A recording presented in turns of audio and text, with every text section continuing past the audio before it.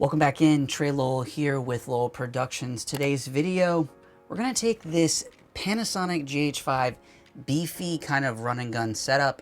I'm going to give you guys kind of my little, I guess, own personal take on why I have my camera set up like this, whether it be for audio, run and gun shooting, interviews, you name it. I'll give you guys a complete walkthrough of the build from beginning to end, and we can maybe have a conversation in regards to what you guys like about the rig, don't like. So we're first going to start off with my Panasonic GH5, the 24-105 lens paired up with the Metabone Speed Booster. I'll list the gear as we go along because you guys can kind of see the cluster here. But yeah, the body is going to be the GH5, and then it's going to lead us into my small rig cage.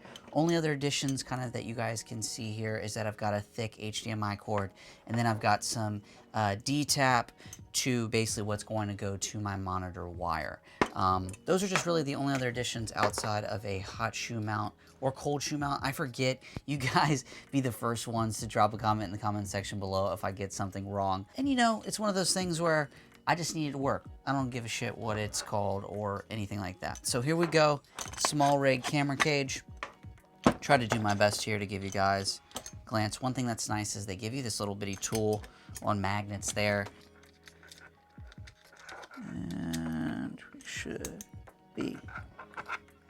There we are. Okay.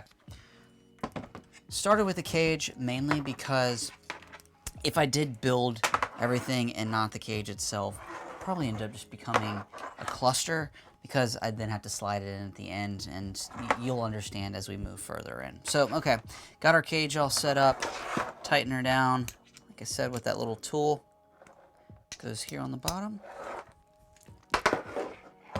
The next addition, small rig handle. Love this thing. Going right on my hot shoe. Boom. Pretty nice. Also, got a little Allen wrench. Not the one that it came with, but this one is nice because then I'm going to crank it down. Boom. Hopefully you guys can see that. Maybe even up there you're going to be able to see that. Show you like that. That's pretty much our setup there. Okay.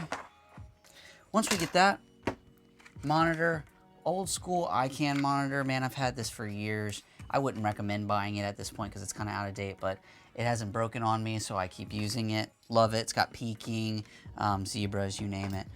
So we're going to be using our small rig little adapter here. And my recommendation when it comes to buying some of these little pieces, I bought the cheap ones online or on Amazon, and what I came to find is that time and time again, it really just drove me nuts. And this guy right here is a beast, and I've been really happy with it so far, and I think it's like 30 bucks.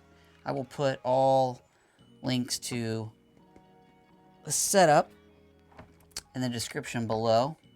I love this little setup right here because I can really crank this thing down. Also, Allen wrench is going to be nice because on the side of the camera, I will be able to tighten and loosen. There we go. And then, small rig, boom, Allen wrench will clip right onto the side. Super clean, super easy. Okay, so that's where we're at so far. Here we go. Got a little bit of I don't even know what you call these. This one actually came with my, what did it come with? Oh, my Falconized light. It's pretty sweet. I actually can't find these anywhere else, but it's really nice, and it's just really a smaller version of these small rig ones. So I find they're really sturdy.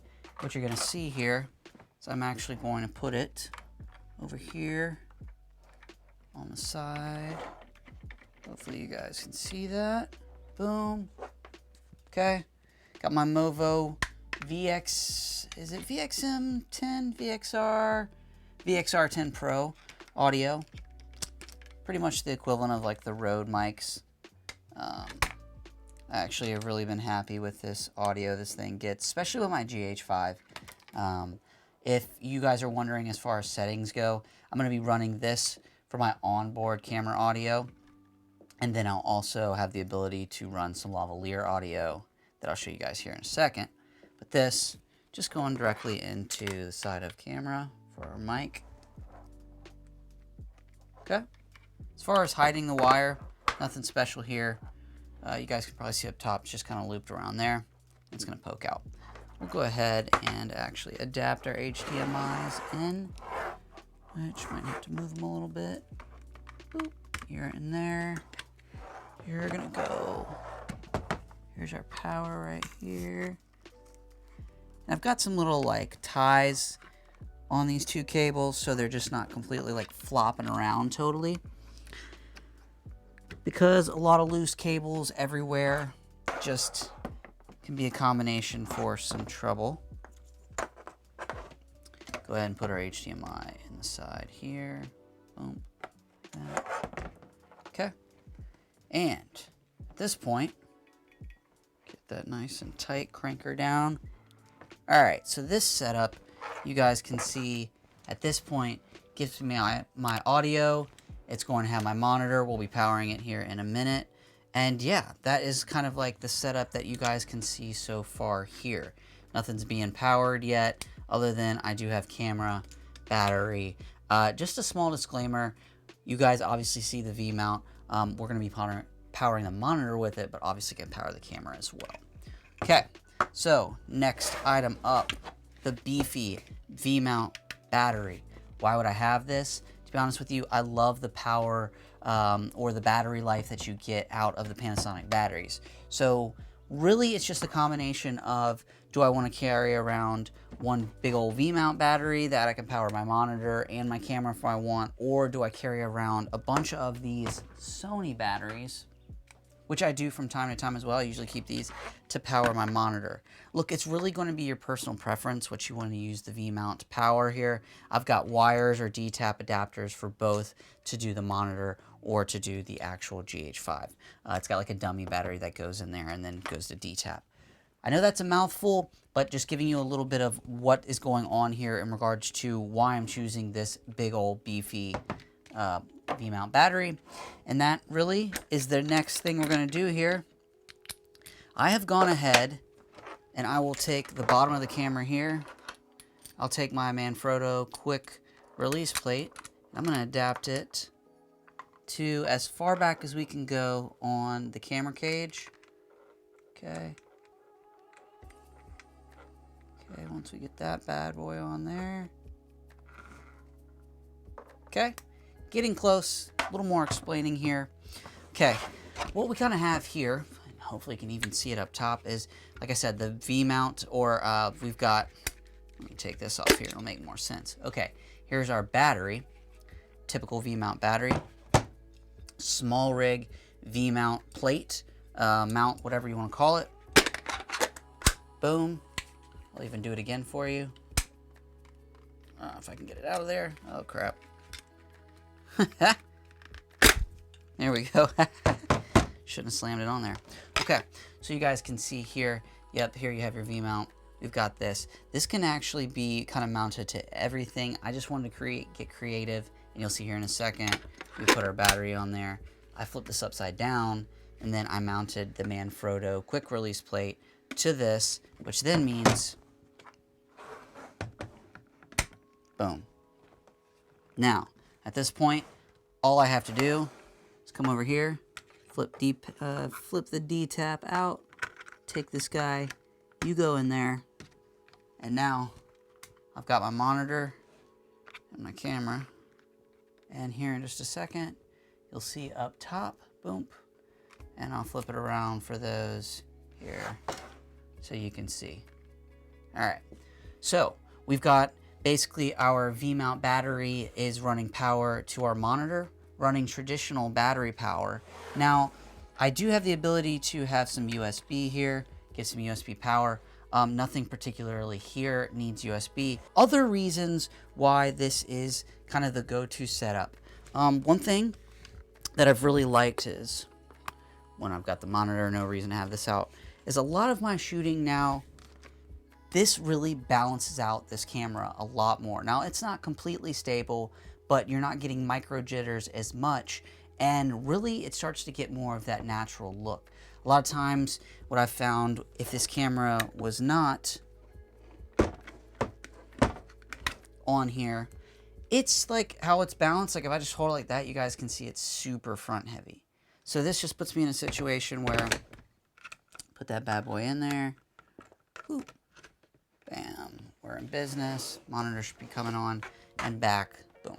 Not too heavy. Obviously, it's going to take some getting used to. But yeah, what I do like is that I'm able to kind of like put it against my body, tuck my arms in there, and now the battery itself becomes something that I'm using as a tool to stabilize things. Also with the weight, it's just great. I can go super low. I can actually use what I found for this recent shoot. I was literally just using the battery itself a lot to kind of stabilize things. You know, for the most part, it's a little front heavy, so it can fall over, but if it's kind of flat, usually it'll just sit there. So it's nice, you don't have to really worry about it. And for those people that are like, well, how about when you then have to go throw your camera on a tripod? Well, that's not an issue, because I basically am just gonna pull out the D-tap, disconnect, and then for right now, I'm already running with Panasonic battery. So outside of just really having to slap one of these on, which I'll just take a small one instead of a big one, slap that on there, and then you're ready for it to be on a tripod. You know, pretty simple, pretty easy. Also, other theories or reasonings why I kind of use this particular handle is that if I did need this to come out of its cage, it's pretty much take it out of here, unscrew, and the camera can pop out of here, and the cage would be completely disassembled. One last thing that I found that was pretty cool, or at least that I really enjoyed when I was shooting this last shoot, was also able to, I'll take this, we put this here, okay, bear with me. And there's going to be multiple things that I did here with this, and one was actually, sorry, I need to just bring this in, was that I actually mounted my Zoom H4, so you guys can see up there. I basically mounted it on the back of here and then just flipped it forward. So imagining it just kind of sitting there and it's not actually getting touched or anything, but now I've got my audio, and then here's the other kicker. I actually had a lavalier up here, or I even put it on the side, and now what I have is I've got onboard audio, I've got lavalier audio going through the Zoom box, collecting really nice audio, and then, honestly, weight-wise, I know this is going to look crazy here, because it's not all there, but this is not the biggest load, to be honest with you. And when I was able to kind of like tuck it in there, disregard this one little piece, this would not be there. It would actually be mounted here, and like I said, flipped forward, so that I can't actually touch any of the keys whenever. Basically, I was worried that I'd lean into a key and stop recording, so that's why I kind of leaned it forwards, that there's no buttons on the back that my body could actually touch. And then also it gave me the ability, and I was doing this for a lot of the shooting, I also had my headphones on, being able to monitor the audio simultaneously. So that is kind of the go-to, you know, if I'm making money for a big shoot, a long shoot, documentary, interview, you name it, this has kind of been recently my setup. Now, some people would probably ask, why didn't you go ahead and just get rails and things like that? Well, this channel, whether I'm making a lot of money or I'm making a little money, I'm looking to save money and be efficient. And one thing I knew is that I wasn't sure if I was going to actually want to have a heavier setup or even take this battery everywhere that I went. But this little mount, which I think was $30, and I had already, you know, had a lot of these other little gadgets, it just put me in a situation where I'm like, let's experiment, let's goof around. And this was the best setup I could come up with that I found like really useful just overall for a GH5 shooter. Now, the only kind of issues that I found is that if I put some glass, like let's say the Canon 50 on here, which is a super lightweight piece of glass, it definitely became a little bit more heavier in the back. But overall, when you've got the monitor, you've got the cage, and then also the way this is just positioned in general, you can pretty much balance it pretty well with this particular setup, because, you know, it's kind of, that battery is centrally located, so a lot of it, it's not being like, if I had rails or whatnot, sure, I could move the battery wherever I want it, but a lot of times, you know, your battery will be ended up here or here, and then again, also I have to go and buy some more gadgets, and it just adds up more money, and this to me seems to be a unique setup. So You guys tell me what you think in the comment section below. You know, just trying to get creative. Like I said earlier, this is not the only way that you could do it, to be honest with you. I don't know if I've ever even seen anybody do it particularly like this. Some people would probably say this is ghetto. And I would say, yes, you're right. I am a MacGyver of wanting to goof around and assemble things different ways. I mean, last but not least, the only other things that I found that were pretty unique when I was filming was that I would just mount 2 lavaliers. I was doing an interview recently, and so I had both my lavaliers set up here. I had the zoom box mounted to the back of this, headphones on, so I'm basically just sitting there monitoring the main shot, knowing my other camera's going. I've got the audio all coming into one space, and then I've got my like super backup audio here, or I guess scratch audio. And yeah, battery life's going to be good, monitor life's going to be good. Overall, just the newest kind of setup that I'm going to be using in a more professional setting. And whether people like it or to admit it or not, I used to make fun of like a bigger setup, but as far as client work goes, when they see something like this, they're more reassured that you're going to be able to do a good job. Whether you can or can't, it's just more of the look. So I found with this setup, people think it's legit. I think it's legit, and the battery life's great. And yeah, stabilization is going to be good. And I've got a project I'm going to most likely be releasing next week. We're going to be wrapping up their little mini dock and a couple of their shiny products that we made with this particular setup. And I'll give you guys a behind the scenes look. You drop comments, questions, concerns of the footage, how you think it looks. Tell me, or even post on Instagram or something. Tag me your photo of your setup, your rig, you name it. This is mine. I'd like to see yours. Oh God, that sounded weird. But yeah, GH5 shooters, Micro Four Thirds shooters, shooters in general. We're all trying to take advantage of our camera setups, and this is currently mine. So, hey guys, Trey Lowell with Lowell Productions. As always, if you like this video, go ahead and hit that like button. If you like the content I keep creating on this channel, go ahead and hit that subscribe button, and I will see you guys in the next video.